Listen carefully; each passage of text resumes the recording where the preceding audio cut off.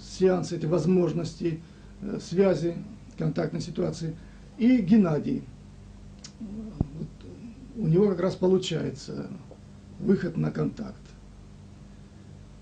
Ну, наверное, мы попробуем, Геннадий, сейчас попробуем это продемонстрировать.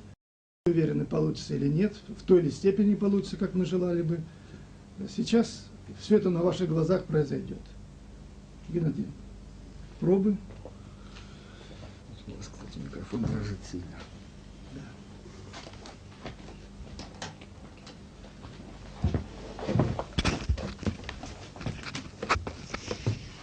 Здесь я еще не спал. Так, какая рука будет действовать? Правая рука будет работать у него, да? Да. Вот это, да?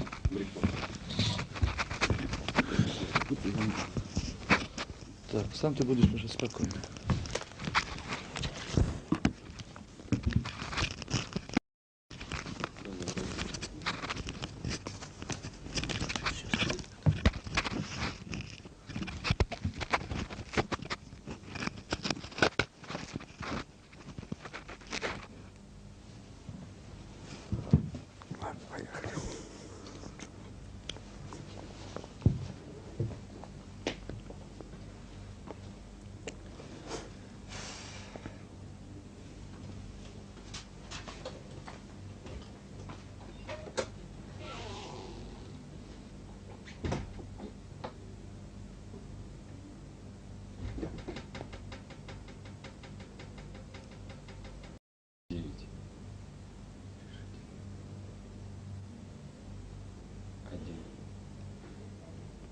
Два, три, четыре, пять, шесть, семь, восемь, девять,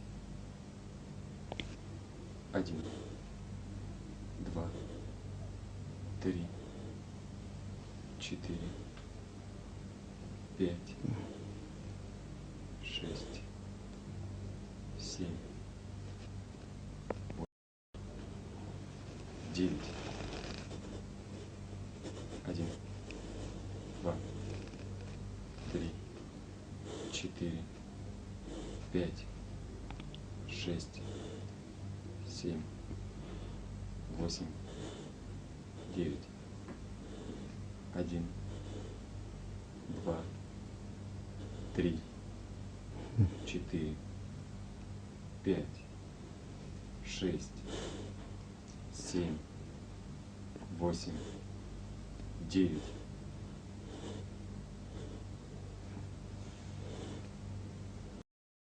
3, 4, 5, 6, 7, 8, 9.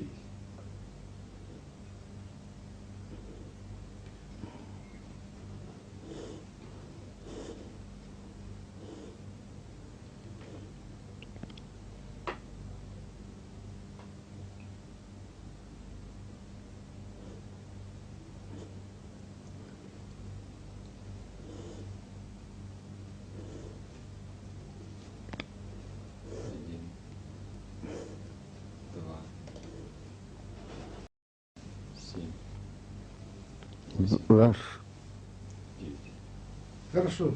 Скажите, на переводчика сильно влияет необычная обстановка? Мы же говорили вам. Мы не покидаем вас. Все зависит от того, сможете ли вы услышать нас. Мы стараемся.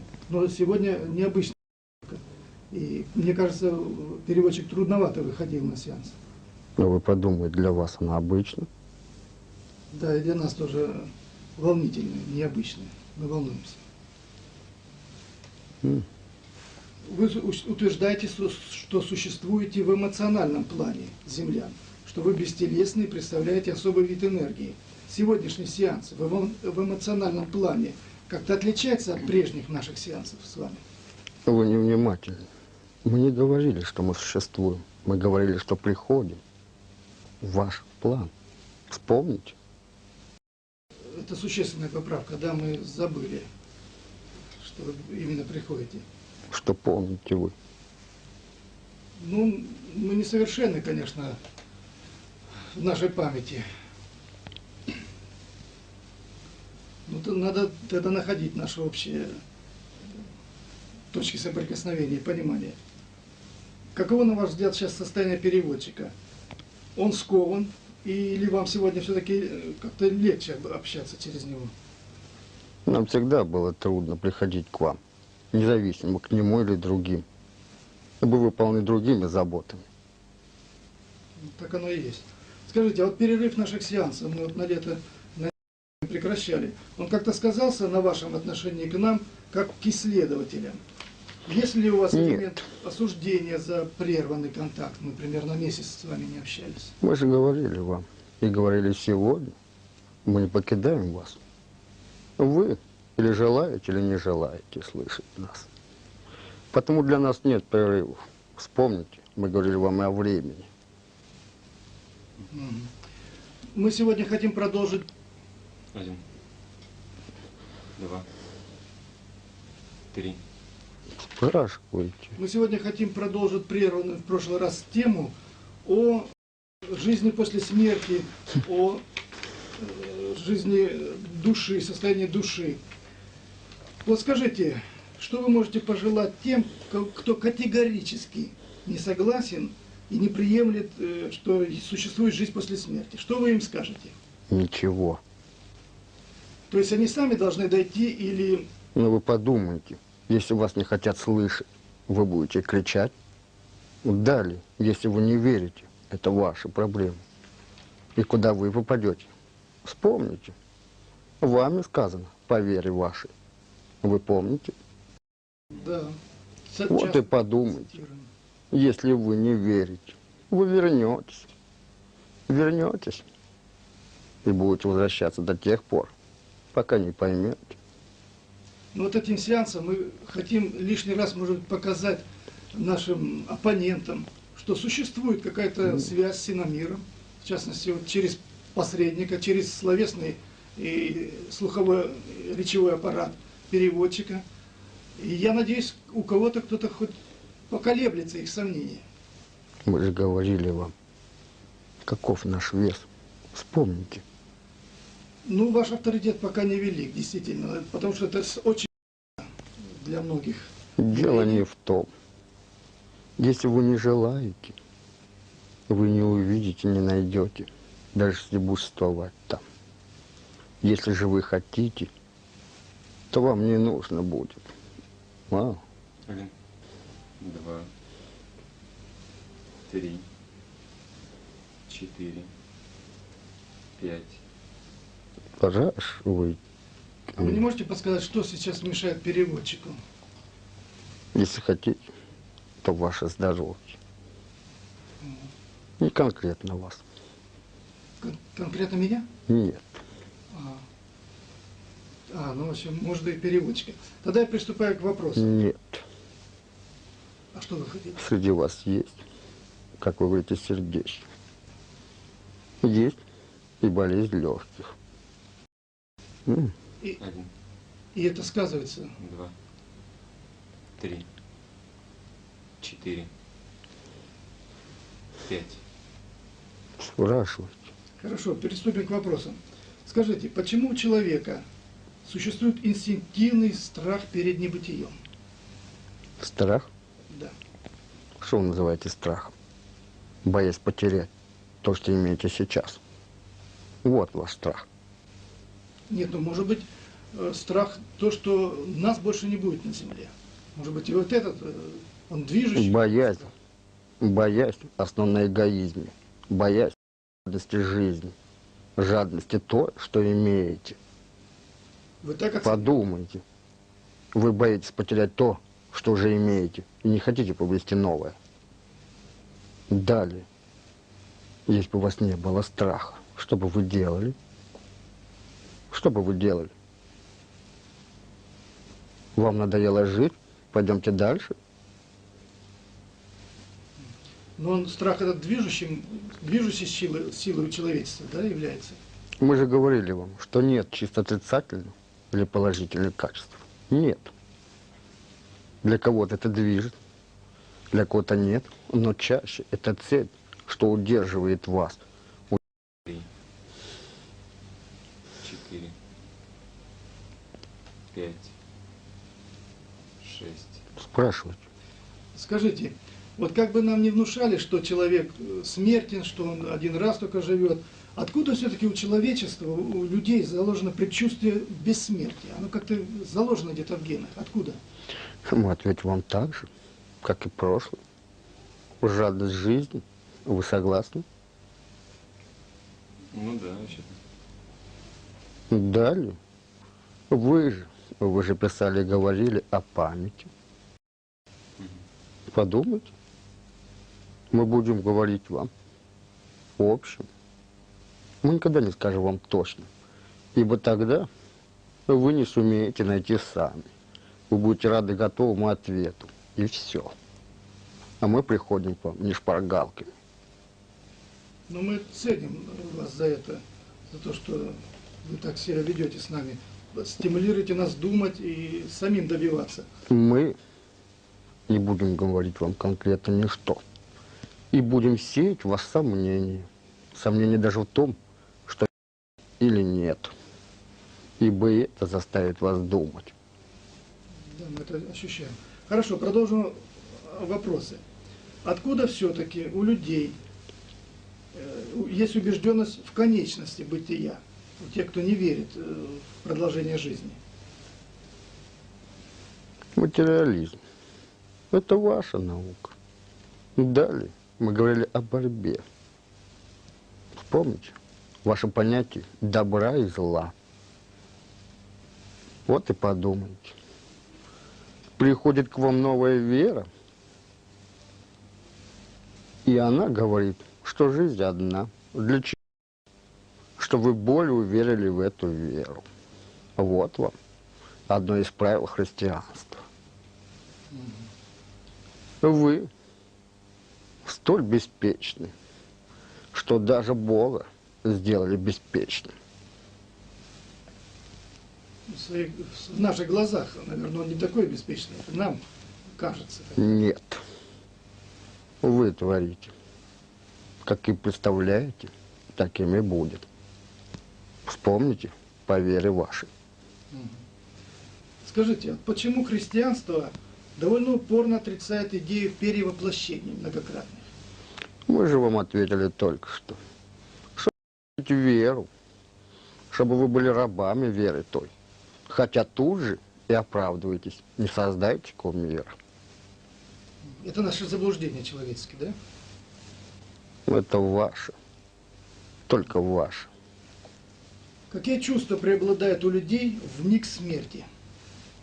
Боль. Ну, это разумеется. Нет. Вы опять говорите о физической боли. Мы говорим о иной. Боль. Сперва боль о том, что не успели и теряете. Потом, что вы потеряны. Боль, что вы никому не нужны. Вспомните описание умерших. Вспомните. Или что когда вы увидите огонь, вы приобретаете новую боль. Боль страха. Или обжеться, или не успеть. Все зависит от того, во что вы верили. Так скажите, а мы читали по Раймонду Моуди, что у некоторых просто радость появляется в миг смерти. Они поняли, что они здесь были в клетке, и им открылся... Вы говорите в миг смерти? Тогда назовите мне длину этого мига. Понятно. Почему люди довольно примитивно представляют муки и радости после смерти?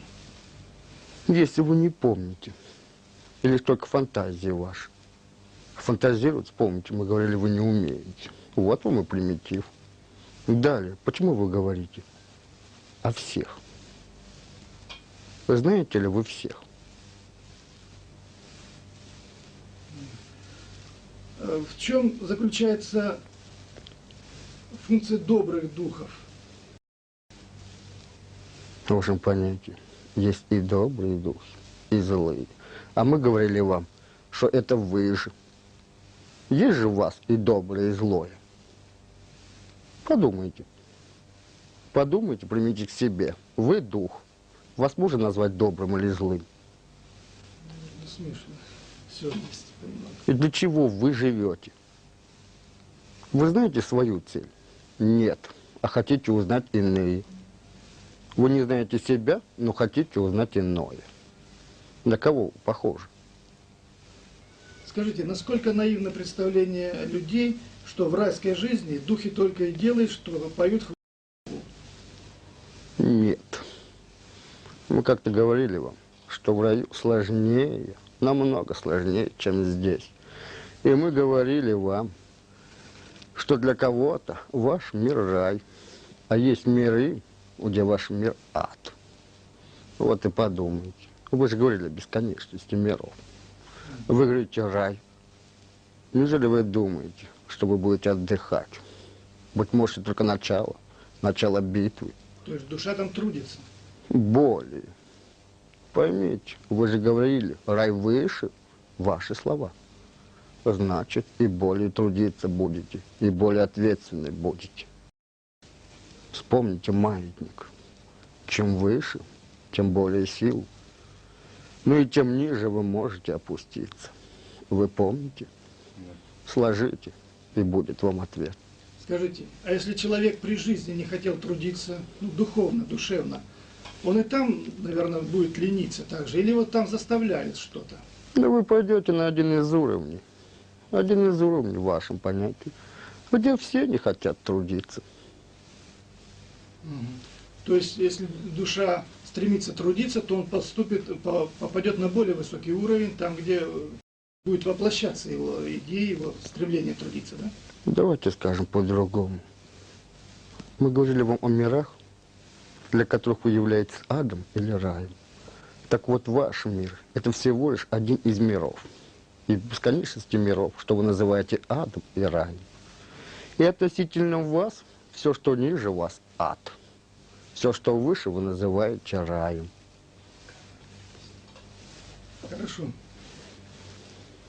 Почему в целом осуждается стремление людей к материальной независимости, к преуспеванию? Это идет из религии. А вы подумайте, много ли вы успеете, если будете набивать суммы? И какой ценой вы будете делать то?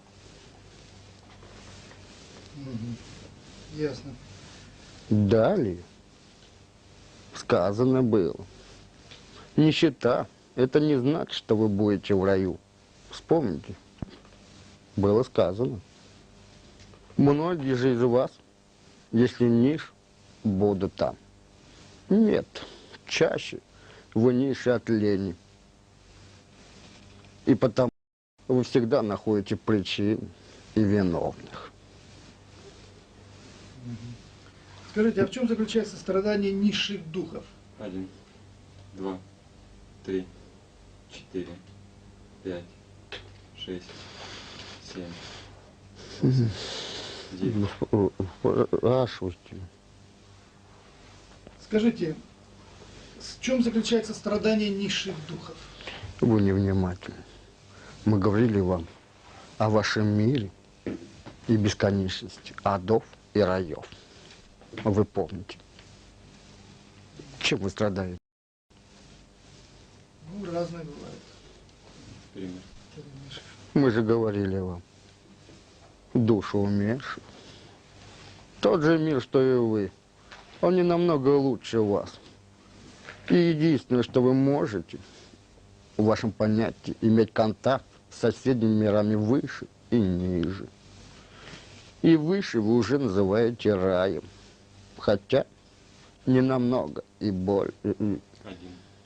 Спрашивайте. Хорошо. Скажите, смерть не всегда освобождает человека от искушений? Нет. Вся жизнь ваше искушение. И он... И смерть ваша одно из искушений. Вспомните, вами было рассказано, как вы падаете и поднимаетесь, выбираете миры, в которых жить будете. Вот вам и искушение. То есть человек и в загробный мир тянет свои искушения и не может от них избавиться там. Что вы искушением? Что это ваше понятие? Ну, какие-то страсти. Желание в рай или в ад?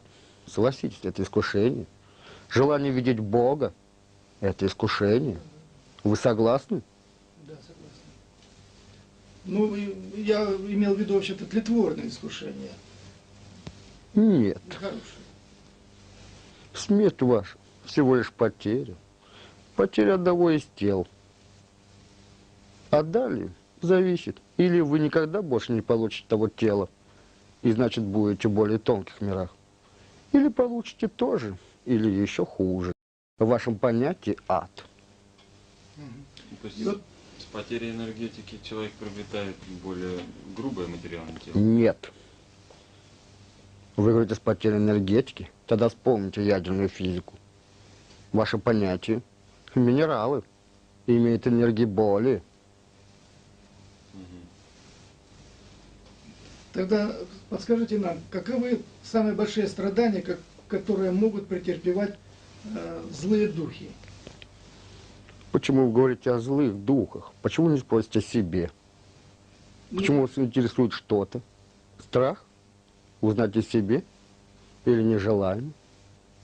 Ну, просто я не хочу... Мы или вам? В данном случае. Вы будете наказывать себя. Вы. По вашей вере, по вашим поступкам. Если хотите, совесть ваша. Совесть, но открытая. Ну, а если совести особо нет, то есть она Разве? очень ущемленная. У всех одинаково разве?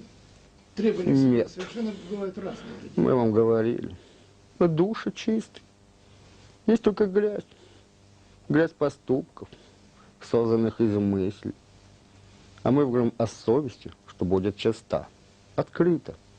Где уже мозг не будет давать поправки. Вот муки ваши. Тогда по большому счету, что как нам вроде жить не стоит, я так понял. Разве? Это не следует. Или как устранять влияние мозга, чтобы жить чисто по Вы совести? спрашивали о муках. Вы не спрашиваете, что вам делать сейчас, а спрашиваете, что будет за наказание вам. Разве в этой жизни вы не были наказаны? Разве никогда вас не мучила совесть? И вы всегда находили себе оправдание. Мозг ваш всегда оправдывал вас. Желание ваше, искушение.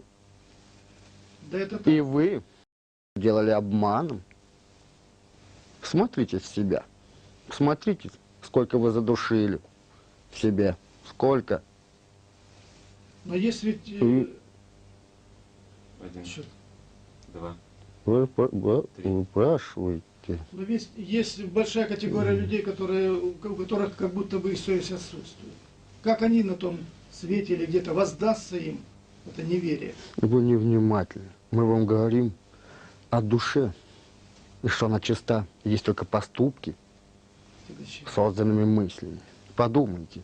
Вы говорите, нет совести. А может быть, просто вы так залгались, что даже не видно правды вашей, совести вашей. Вот время.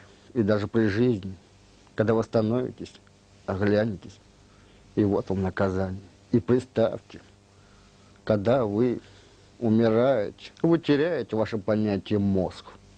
Остается только ваше «я». И мозг вас уже не оправдает и не создаст лживых истин. Вы поняли? Хорошо. Но поскольку духи не могут скрыть друг от друга своих мыслей, поскольку все поступки их открываются и известно, то из этого получается, что виновник находится в постоянном присутствии своей жертвы на том свете. в том мире. А вы подумайте, вы здесь не уходите от жертв. Они рядом с вами, они всегда с вами. Только вы стараетесь их забыть. Подумайте. Вы правы. А там, на том свете, это еще более очевидно. Там уже мысли... Давайте договоримся так. Не на том свете, а если хотите вашим языком, промежуточным. Ибо на том свете, это значит, что вы уйдете в иной и приобретете одно из тел и будете жить снова. Это так получается? Да? Мы вообще-то не слишком осведомлены о том свете. Один из миров. Похож на вас. Мы же говорили вам, рядом. Вы помните? Да, что-то... Вспомните. Вы ищете иные миры. А вас? Сколько вас, этих миров? Сколько? Посмотрите в себя. Возьмите хотя бы день сегодняшний. И гляньте, сколько раз вы изменялись. Сколько раз вы были иными. Сколько было вас сегодня. Сколько. И все они, в вашем понятии, на том свете, соединятся и будут помнить все мгновения. Все, которые вы хотите забыть здесь. И вот тогда вы скажете, за что мне наказание, помнит все. Скажите, а когда нас мучает совесть, это наказание за то, что мы совершаем в этой жизни? Чаще то, что сделали вы здесь. У вас нет в вашем понятии памяти о прошлой жизни. Ибо память ваша, чем оперируете здесь, химическая. У вас же не было прошлой жизни, не было вашего мозга. Согласитесь? И значит нет памяти о прошлом и нет памяти о будущем. И есть только в вашем понятии ячейки, куда вы можете войти. И лишь только тогда память химическая будет. Но она не будет мешать вашей совести. Ибо чаще мозг ваш хороший сторож. Скажите, а преследуют, вот интересный вопрос такой, преследуют ли жертвы на том свете своих убийц? Давайте договоримся, о каком свете говорите вы. Ну, а потом... Промежуточный Ну, в вашем понятии нет. Не преследуют. Не подумайте, если всех вас мучает совесть. Подумайте.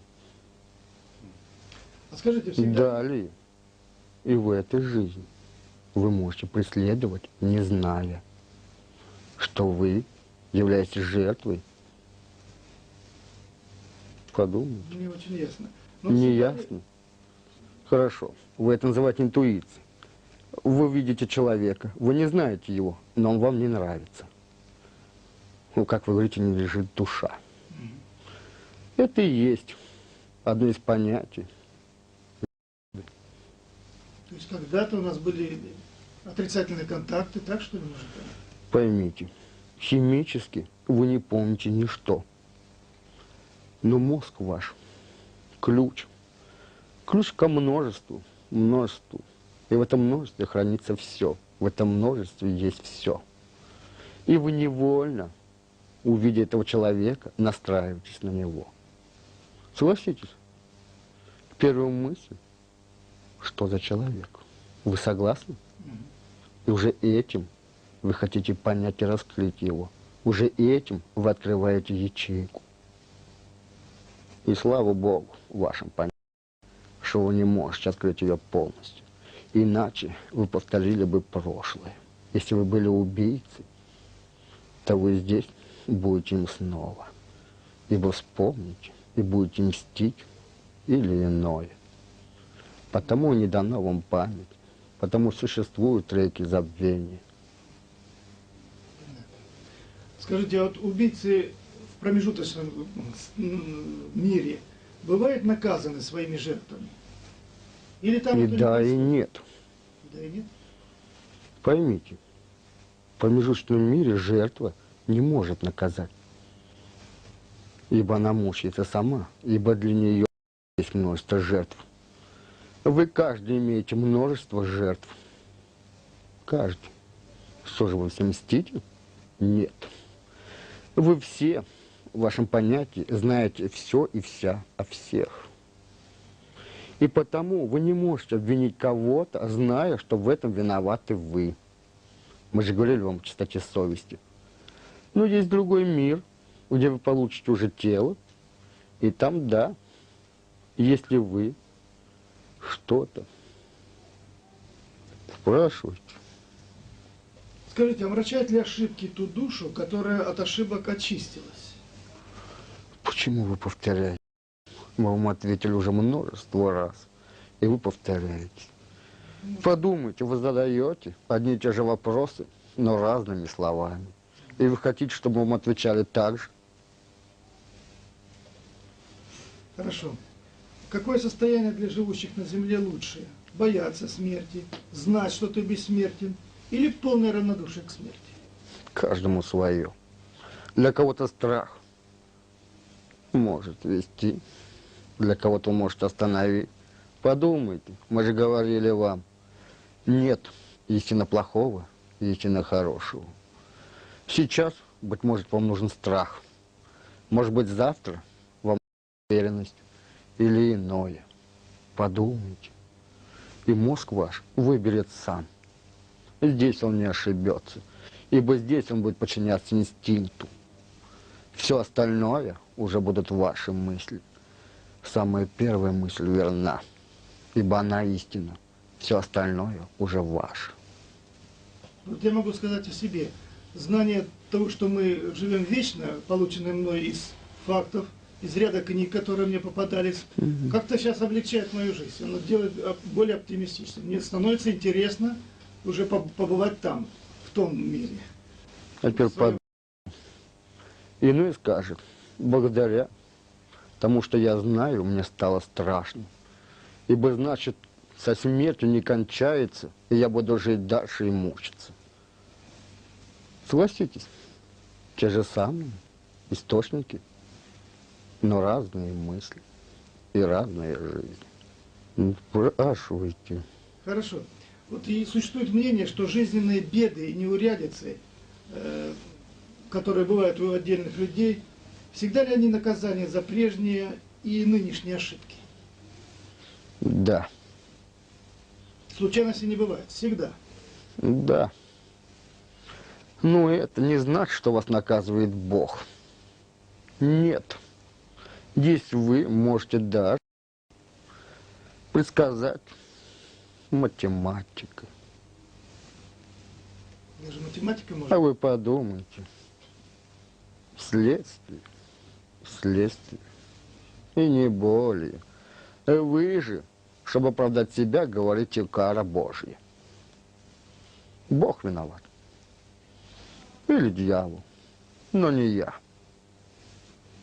Подумайте. Вы постоянно лжете себе. Оправдываете себя. Но вот есть элемент несправедливости. Если это наказание за прежние ошибки, в прежних жизнях, то человек о них сейчас и не подозревает. То разумно ли такое наказание? Разве?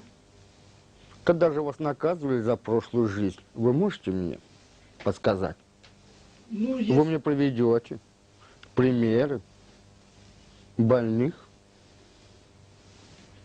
Разве? есть кармические так называемые наказания. Кармический. Да. А что карма? Что значит карма? Следствие. Вы согласны? Так кого же обвиняете? Кого? Но человек в этой жизни не помнит, что он натворил в прошлое, а его жизнь в этой жизни наказывает, и сурово подчас. Не помнит. То ваша, что вы не помните. Чаще вы не хотите помнить. Боитесь помнить. Вспомните сны детства. И подумайте, почему дети говорят вам, когда вы будете маленький. Ведь если вам рассуждать, вы же не можете стать маленьким. Почему дитя помнит, а вы нет? Почему? Это уходит, видимо. Уходит. Ваше воспитание, ваш страх, ваше нежелание знать. Вам легче жить в темноте. Скажите, что происходит с человеком, который не делает зла, но и добра тоже не несет? Как это можно? Ну, есть такие уникумы. Как? Вы объясните, как можно прожить, ничего не сделав? Как? Ну, Даже если вы уйдете, все равно это уже поступок. Как вы можете не делать ни того, ни другого? Чаще вы делаете зло, называете добром. И наоборот. Редко, когда вы все называете именами. И никогда не было того, чтобы вы ничего не делали. Никогда не было и не будет. Ведь, Скажите, этот контакт как можно рассматривать? Как зло или как добро для контактирования? Все зависит от вас. Мы же говорили вам, Значит, что мы можем прийти и злом, можем прийти и добром. Ибо вы как примете нас? Если вы примете нас за врагов, то и будете называть нас врагами. И соответственно.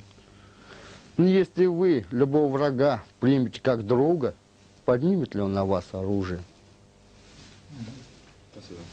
Скажите, а вот информация, которая поступает к нам через сон, она поступает из другого мира или еще откуда-то? И да, и нет. Чаще работа ваша. Ибо многое вы знаете и много видите. Но не можете обработать, ибо заняты другими делами. Когда спит ваш мозг, в вашем понятии, отключены все ваши чувства, отключено множество каналов, по которым вы получаете информацию. И потому вам легче работать, и вы это называете подсознанием. Во сне вы можете творить чудеса, ясновидение и далее. Но это ваша работа, ваша заслуга. Вот у людей, когда появляются необыкновенные, необычные способности, это тоже работа, наверное, другого мира? Вы, ваша заслуга, поймите, к вам приходят подобные вам. Разве можете вы разговаривать с высоким, если будете низки? Нет, ибо вы не услышите и не поймете. И если вы получили что-то, в вашем понятии необыкновенное, значит, вы заслужили того. Заслужили. скажите, порочный человек, не признающий своих пороков при жизни, всегда ли он признает их после смерти? В вашем понятии промежуточном мире, да, всегда. И мы вам уже отвечали это. Я так понимаю, это и есть чистилище, да? В вашем понятии пусть будет так. А вот промежуточный мир, он длителен для человека? Нет. Какими периодами он исчисляется? Годами, неделями? Нет там вашего времени. Иное. Подумайте, если бы сохранялось ваше время, представьте, в прошлой жизни вы жили многие тысячи лет назад. Не правда ли будет вам скучновато эти тысячи ждать там? Вопрос. Скажите, 1, 2, 3, 4, 5. Спрашивайте. скажите, способности, которые получают экстрасенсы, это одаренность, это тоже человек сам до этого доходит? И он получает энергию, как они вот многие говорят, из космоса? Вы сказали и то, и то. Мы говорили вам о заслугах ваших. То заслуга. Далее. Вы все, будь вы одарены или нет, вы связаны с космосом, и вы живете в нем. И вы все получаете в вашем понятии одинаковые порции. Ибо экстрасенс и вы живете в одном мире. Только он может взять более, а вы менее. Он может управлять большими энергиями, а вы управляете меньшими. И вся разница. Только в том разница. Кто дает умение вам? Вы. В вашем понятии прошлой жизни. Или искушение, или дар. А если искушение, значит в вашем понятии черная сила. Если дар, светлая сила. Но бойтесь, бойтесь очернить ее, ибо это так легко сделать. Вашу. Это вы говорили, что Божий дар, так сказать, очернить можно стяжательством денег, сверх меры, скажем так. Не только. Что вы понимаете под искушением? Что? Ну, может быть, власть над людьми, Да. тщеславие, честолюбие, которое, это тоже искушение является порочными, да? Да. Ну и чрезмерная доброта тоже может. Иначе мы были бы неправы, если бы говорили вам, что нет истины доброго и истина злого. Даже любовь к людям может быть добра, принести и зло. Вспомните Христа. Скажите, а может ли молитва воздействовать на порочного человека? Нет. А если быть точнее, зависит, верит ли человек в молитву вашу. А вот искреннее прижизненное раскаяние достаточно ли для исправления ошибок? Достаточно ли? Вы говорите, как покупаете. Ну, например, церковь, она при исповеди отпускает грехи. Мне кажется, где-то есть элемент здесь лицемерия. Простите, Нагрешила, потом... когда-то вы могли купить. Вы верили в это? Ну, наверное, как люди не верили в душе, а шли и так поступали. Поймите, На всякий случай, может. слушай церкви человек. И он видит, что вы хотите услышать. И потому чаще говорит вам приятное, но не нужное. Думая, что этим делает добро, и открываем вам ворота. Любой ценой, но только верьте, верьте в Бога. Чаще так вы делаете. Делаете. 1, 2, Делаете. 3, 4, 5, 6, 7, 8, 9. 1, 2, 3, 4, Мгм. 5, 6, 7, Мгм. 8, 9. Делаете. 1, 2, 6. Спрашивайте. Хорошо, скажите, когда совершается искупление? При новом воплощении человека? Или же на том свете, допустим, в чистилище, в аду? Тогда вспомните. Вспомните. Искупление. Что же тогда сделал разбойник на кресте? Ведь в вашем понятии он не успел умереть. Он не успел попасть на тот свет. Почему спрашиваете о времени? Вы можете это сделать в любой момент. Вы можете это сделать сейчас или позже. И нет в том большой разницы. Нет. Либо вы сделали то. И когда-то вы сделаете. Сделаете все. Но может быть поздно. Вспомните. Вспомните о конце света, что говорили вам. И хоть неверно говорили, но есть в том истина, что может быть и поздно. Когда вы увидите и скажете, да, я был неправ, но нет обратной дороги. 1, 2, 3, 4, 5, 6, 7. Вашу. Скажите, вы говорили об искуплении. Это значит, надо осознать, где ошибался каждый человек, ну, относительно себя, в чем он был неправ. То есть найти эти ошибки, тогда только и раскаяться в этом. Кто бы вам не говорил, что такое искупление, вы не поймете, пока не придет время то, пока вы не сможете сделать это. Если вам будут объяснять, что такое любовь, но вы никогда не видели и не чувствовали того, поймете ли? Вы только будете фантазировать и все искажать. И потом будете отодвигать время, когда вы могли бы сделать это. И потому вы никогда не поймете, что такое верить или не верить, что такое любовь, что такое ненависть, и многое-многое, пока не переживете. И потому нет смысла говорить вам. Придет время, и вы поймете.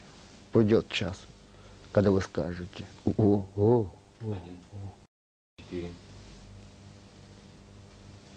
5, Спрашивайте. Скажите, вот у нас новый человек на сеансе, Станислав, он хочет задать вопрос. Какой? Я хотел бы задать вопрос. Вот нам интересно общаться, конечно же, с вами. Вот именно у вас есть интерес общения с людьми? А мы никогда не покидали вас. Даже вначале мы говорили, что мы всегда были в вас. Вы только можете слышать или не слышать. Чаще вы не желаете слышать. Не желаете. Чаще вы понимаете нас то за совесть, то за интуицию, то еще за что-то, за многое. И потому не верите нам, опускаете нас. Мы же всегда говорим с вами. Всегда. Это у каждого человека внутренний разговор, так сказать, происходит. Давайте скажем так. Одно из ваших «я». Вспомните, ваших должно быть 4. Других, может быть, и 0. Вы помните? Да. Скажите, продолжим вот тему о загробном мире. Какова продолжительность страдания виновного? Подчиняется ли она каким-то законам на том свете? Вы спрашивали, и мы вам отвечали о времени, что нет времени вашего. Ну, наверное, это и вечно не может быть страдание, как вот нас уверяет религиозный деятель, что вечное страдание. Такого, наверное, тоже не может. Мы же говорили вам, что вы Бога очеловечили. И все ваши, и хорошие, и дурные качества перенесли на Бога. Конечно, испугать сложнее, если говорить о вечности. Какой смысл мучить вас вечно? Каков? Далее, кто будет мучить вас? Кто? Вы сами. Сами вы. Ну, скажите, существует ли некое ограниченное место, определенное для мук или для радости, в зависимости от заслуг человека? Интересно вы рассуждаете. А что тогда ваша земля? Она ограничена. Вы согласны? Согласна, но мы здесь живем. Вы здесь живете. Вот именно. И на том свете, в вашем понятии, тоже живут. И мы говорили вам о том. Ему кажется, реальная жизнь нам на земле или на том свете нам же? Но уже... Кто-то разговаривает с вами и считает вас потусторонним миром. Как и вы. Разговаривая с ними. Кто реальный? Кто? Они или вы? Трудно сказать. Нам кажется, что мы более реальны. А им кажется наоборот. Но там Они не верят в вас, а вы не верите в них. Хорошо, если это соседний мир, и мир в вашем понятии, что прошедший. Тогда, конечно, они помнят еще, что когда-то жили в мире, и приходят к вам, приходят, чтобы подстричь своих ошибок. Или наоборот. Мы говорили вам когда-то. Вы помните? Помните? 1, 2. Ну, Скажите, а в том другом мире, там также есть и природа прекрасная, и небо, и реки, горы. А где вы хотите жить? Ну, нам на земле нравится. Мир прекрасен земной. А на том свете неизвестно. Может, там сплошной Вы туман. будете жить в вашем тумане, в пустоте или где-то еще? Не хотелось бы. Везде это жизнь. все равно. Везде жизнь, поймите. Представьте, вы вышли на контакт с рыбой. Она будет удивлена, если окажется, что вы живете без воды, и как там можно жить. И она посчитает мир ваш адом, ибо когда-то попробовала и чуть не задохнулась. А вы, как вы считаете, можно ли жить в воде? Ведь там можно утонуть. Спрашиваю. Скажите, а если духи, не ведающие раскаяния? Мы отвечали вам. Не повторяйтесь. Из чего следует, что рай и ад не существуют в том виде, в каком их себе представляет человек? Было бы все просто. Чтобы изменилось, если бы вы поменяли просто место жительства. Подумайте, много ли бы изменилось? И было бы для вас наказание или что-то еще? Но почему некоторым людям, нашим знакомым, показывают ад именно со сковородками, чертями? Некоторые видели во снах или где-то, уверяют, бывали. Простите, уже с детства вам говорят об аде со сковородками. Иного вы не можете придумать, потому и снится вам. А когда снится вам непонятое, вы просыпаетесь, не можете понять, что же это было, вы не называете почему-то это раем и адом. Ибо в вашем понятии ад – сковородки, рай – облака. А мы говорим вам, что для многих мир ваш может быть и раем, и адом. Есть ниже вас, что считает вас раем и мечтает прийти, и, умирая, приходят к вам. Но придя сюда, они почему-то уже не говорят, что попали в рай. И уже ищут новый. Чаще они и являются одаренными. Они говорят вам, мы видели рай. Ибо что-то помнят. Но как вам объяснить об энергетике? Как можно было объяснить 2000 лет назад о атомах, о иных мирах, иных временах? Согласитесь, проще было показать котел и масло кипящее в нем. 1, 2, 3, 4, 5, 6, 7, 8, 9, 1. Скажите, у переводчика часто бывают такие остановки. Что мешает переводчику? Мы не можем заставлять его силой. Не можем, а это он бы ваше желание. У него есть элемент противления, да? Оно есть у каждого из вас. У каждого. Ясно. А скажите, вот переводчик вначале сказал, что у кого-то болит сердце, это ему мешает и легкие. У кого из присутствующих можно назвать? Они не могут сказать сами. Ну, если про легкие, может быть, нет? А сердце.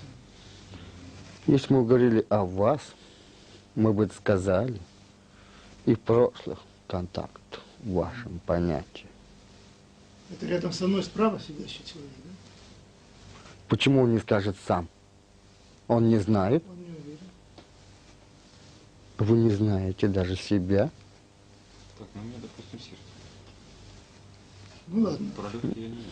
1, 2, 3, 4. Ваш... Скажите, в Библии есть такое понятие «страждущая душа».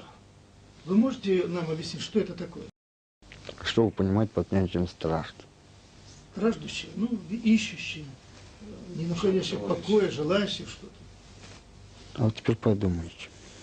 Если, будучи в другом мире, вы искали рай, пришли в этот мир и сказали, нет, это не рай. И хотите далее, и будете искать по вашим понятиям, так, как хотите вы, и вряд ли найдете, ибо вы будете искать мозгом. Далее есть души в вашем понятии наказанные, которые не верили в существование иного. И что же? Они заблудились. Ибо кажем по вере его. А представьте, если вы не верите ни во что, куда вы попадете? Ни во что и попадете. А есть такое И состояние? тогда этот мир будет отражаться ему тенью.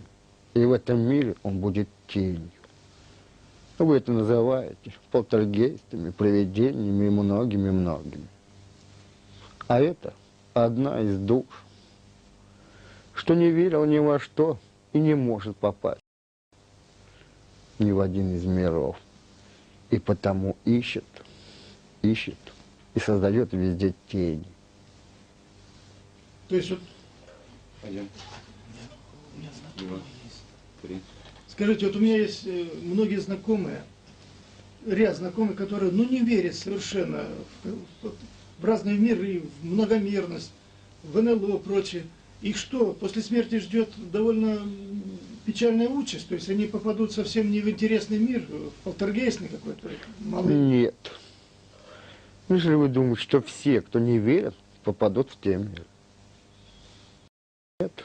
Неверие тоже вера. Далее. Нет среди вас тех, кого можно было назвать атеистами. Назовите мне хотя бы того, кто ни разу не сказал «Боже, за что?» или что-то в этом роде. Назовите мне того, кто в беде не призывал Бога. А вы говорите «не верю». Очень редко, когда человек не верит, истинно не верит. Всегда есть сомнения. Всегда. Сейчас вопрос. Скажите, душа после смерти человека ограничена или нет в выборе другого мира? Нет. Она может прийти в любой мир.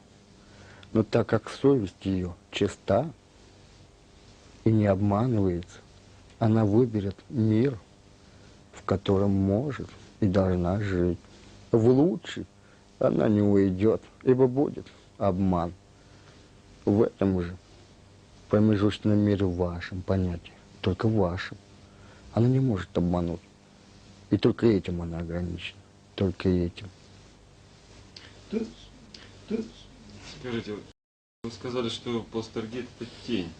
В этой тени, однако, на наш мир, на мир, так сказать, не теней, воспроизводит своей силой довольно разрушительные действия. И подумайте, что вы говорите. О вашем мире нет теней, что могут принести разрушительные силы. Тогда представьте, если солнце ваше затмить и надолго, и вы будете удивлены, что тень смогла уничтожить землю вашу. Далее, почему в вашем понятии материя и энергия вместе? Вы что хотите сказать этим вопросом? Что если нет материи, значит нет энергии. Тень, нет материи. Вы согласны? Или нет? Подумайте. Хорошо. Тень это Подумайте, скажите, тень имеет материю или нет? да. Ну, так как она на материи отражается, значит она Нет. материя носитель тени, получается. Вы ответили правильно. Но неправильно сказали, почему. Возможно. Вы можете объяснить? Нет. Вы сами должны... Это должны знать вы. И должны знать уже со школы. Вы забыли то, что учили. И придет время, когда вы забудете то, что говорите сейчас и что слышали. А вы слышали гораздо менее, чем 1, чем 2, 3, 4, 5, 5, 6, 7, 8. вашу убойте. Скажите, переводчику мешает свет? Он открывал глаза. Нет. Это другие эмоции мешают, да? Спрашивают далее. Хорошо. В каком смысле, вот интересный вопрос, нужно понимать слова Христа «Мое царство не в этом мире»? Понимаете, впрямую. Значит, туда, куда он ушел, ну, как сказать, он там... В вашем понятии небеса, мир, что выше вас. Да, но раньше небом, вы сказали, называлась наша душа. Значит, А вы подумайте. Подумайте. И вспомните, что сказал Христос. ага. Чтобы открыли душу, и душа ваша, дом. Почему тогда нельзя сказать небеса, его дом, если душа ваша? назывался небесами. Вот именно в этом слове надо слово «небо» читать в Библии. Вот в этом смысле, да? Подумайте, сказано было вам, в каждом из вас Бог. Не в том мире, в котором вы живете, в каждом из вас. В каждом из вас. Вот его мир, душа ваша. Спрашивайте. Может ли на земле когда-нибудь наступить царство добра?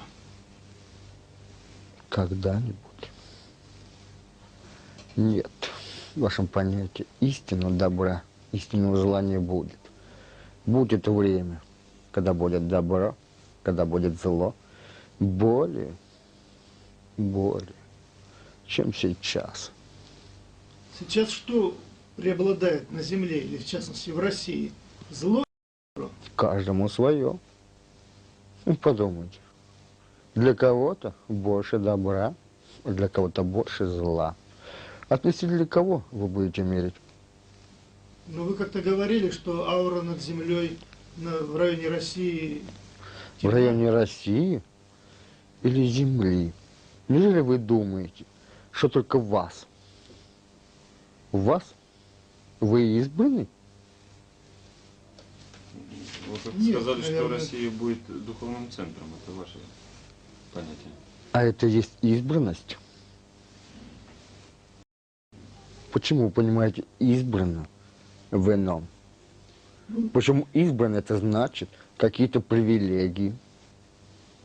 Почему? Нет, в России, скорее всего, судьба избранная для бед разных. Нас преследуют беды издавна. И тоже 70 лет коммунистического строя тоже, скорее всего, было испытанием серьезнейшим для народа. Прекрасно. Теперь кто-то виноват, но не вы. Не народ виноват. Кто-то его испытывает, кто-то его наказывает. Да, вы научились искать виновных. Ну, в то же время для кого-то это было райское время, так сказать. Райское 70 лет. Они ничем не знали нужды, допустим, некоторые контингент людей. Ну и как вы назовете? Как вы ответите на собственный вопрос? Ну, вот, Относительно кого относительно вы будете мерить? вот они устроили себе рай, вот, у тех, кого хватило ума, скажем так, или хитрости, я не знаю уж как назвать. Вот. Ну, а остальные потихонечку приспособились как могли. А кто-то не приспособился. Что в вашем понятии рай? Рай — это спокойствие. Спокойствие души? А вы знаете, тех, что устроили, были бы спокойны их души? Они все равно жили беспокойно. М? В борьбе за власть и прочее. Ну хорошо, мы не будем касаться этих вопросов. Мы продолжим о душах и душе. Чувствительны ли духи к воспоминаниям тех, кого они любили на земле? Да. Им помогают эти воспоминания оставшихся на земле? Бывает, что и мешает. Слишком большие страдания мешают, да? Да. Ибо она не может уйти. Она боится покинуть у вас. Боится. Вы страдаете и не отпускаете ее. Вы все время представляете, вот если бы был бы живой, то было бы так или так. А мысль материальна. И ему приходится оставаться здесь. Он не может стать живым. Не может. Ибо вы не можете материализовать до той степени. Но вы уже мешаете.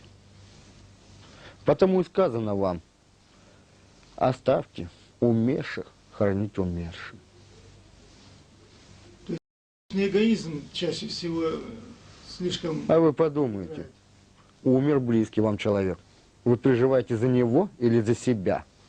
Может быть, вы плачете за себя, какого человека мы потеряли? Плохо. Подумайте. Подумайте. 1, 6, 7. Спрашивайте. Скажите, вот интересный вопрос. Присутствуют ли духи на церемониях открытия им памятников, издания книг, исполнения песен, если они умерли? Это им нравится?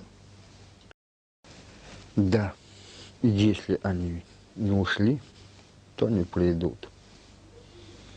Далее. У вас множество.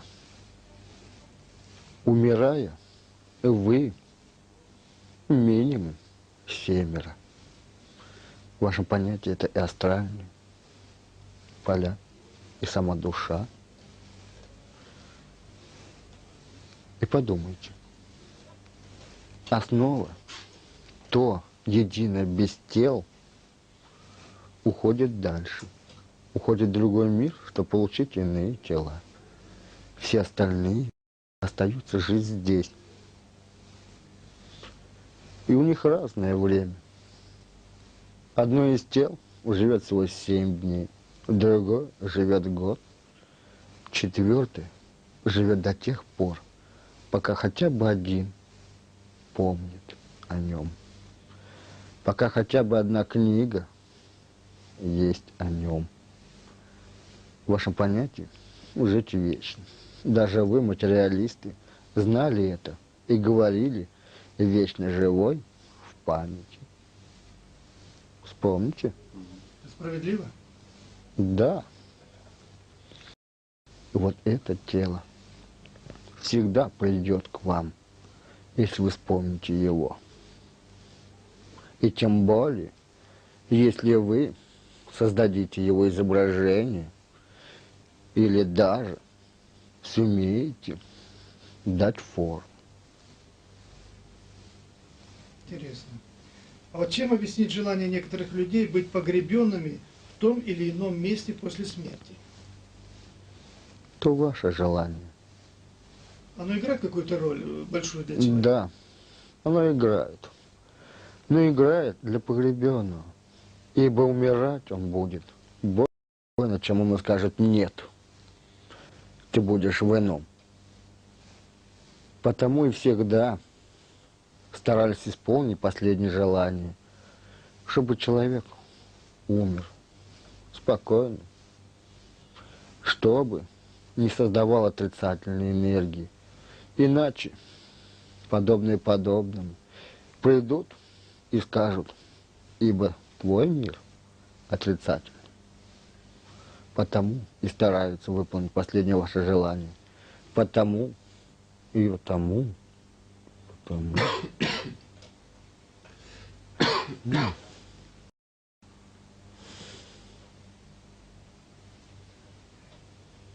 Только во снах. Вспомните себя, вспомните, когда вы вдруг чувствуете себя кем-то. Мгновение, но все-таки вы были. Вы можете вспомнить это. Но вы не придаете тому значения. Вы называете это фантазией или что-то еще. Но реально те случаи, когда вот мы сталкивались, наша группа, когда в человеке живет чья-то чужая душа и не желает уходить, она начинает командовать, слова какие-то, команды дает или ругается. Это действительно реальный случай, это не фантазия самого человека. Мы вам ответили. Конечно. Конечно, это возможно. И возможно только в том, если гость ваш сильнее. Вы же в теле своем чувствуете себя гостем, не чувствуете хозяина. Вы не знаете ваше тело, не знаете, что в нем болит, пока вам не скажут, или пока оно само не закричит вам. Вы не знаете вашу душу, вы даже не знаете свой характер и ищете его в гороскопах. Каков же вы хозяин? Каков? И когда к вам приходит гость, в вашем понятии другая душа, и если оно сильнее вас, вы принимаете его за хозяина и даете ему свой дом. И принимаетесь ему, хозяин. И тогда вы уже кто? Раб. А скажите, можно изгнать такие души чужие?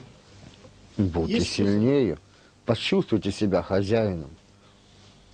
Но я встречал- Вы хозяин, вы и никто иной. Вы же предпочитаете быть слугой. Вы, говорите, встречали. К вам приходится спрашивать, что делать мне. Вы даете совет, а выполнять ли советы ваши? Если скажут вам, вы больны, Представьте, что вы здоровы. Вы же знаете, что мысль материальна. Вы знаете это. Но почему же тогда вы не стали здоровы? Вы говорите, что я верю, я верю. А верите ли вы это? Или просто знаете? Если бы вы веровали, и не было сомнений ваших, вы бы сказали, да, я здоров, да, я хозяин, и вы были бы хозяин. А вы только знаете, и не более. Простите, но я встречал человека по складу своему, руководителя. Он руководит многими людьми, сильная внешняя личность. Но в нем вот такая душа, командует, насмехается. А здесь все гораздо шепчет. проще. Так. Нет в нем другой души. Нет. Он просто устал быть командующим. Ему тоже хочется, чтобы им командовали. И все из вас хотят быть и хозяинами, и сильными, и слабыми. Нет в нем другой души. Нет. То его мечта, если хотите, подсознание, где он хочет быть слабым. Ибо слабым быть легче, меньше ответственности. 1,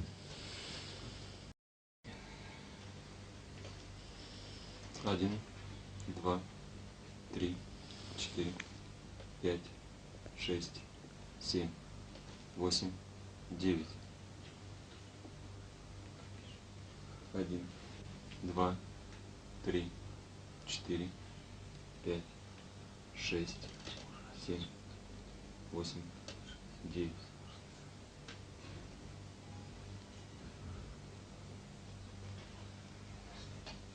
Девять, 8, 7, 6, 5, 4, 3, 2,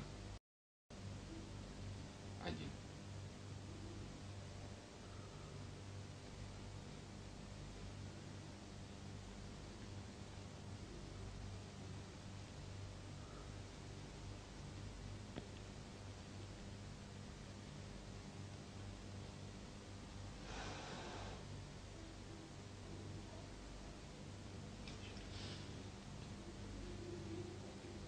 Девять, 8, 7, 6, 5, 4, 3, 2, 1.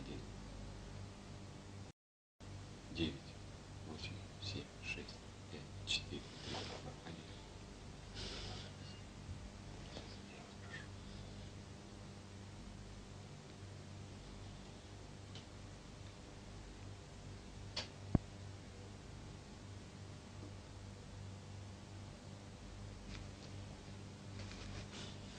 Геннадий.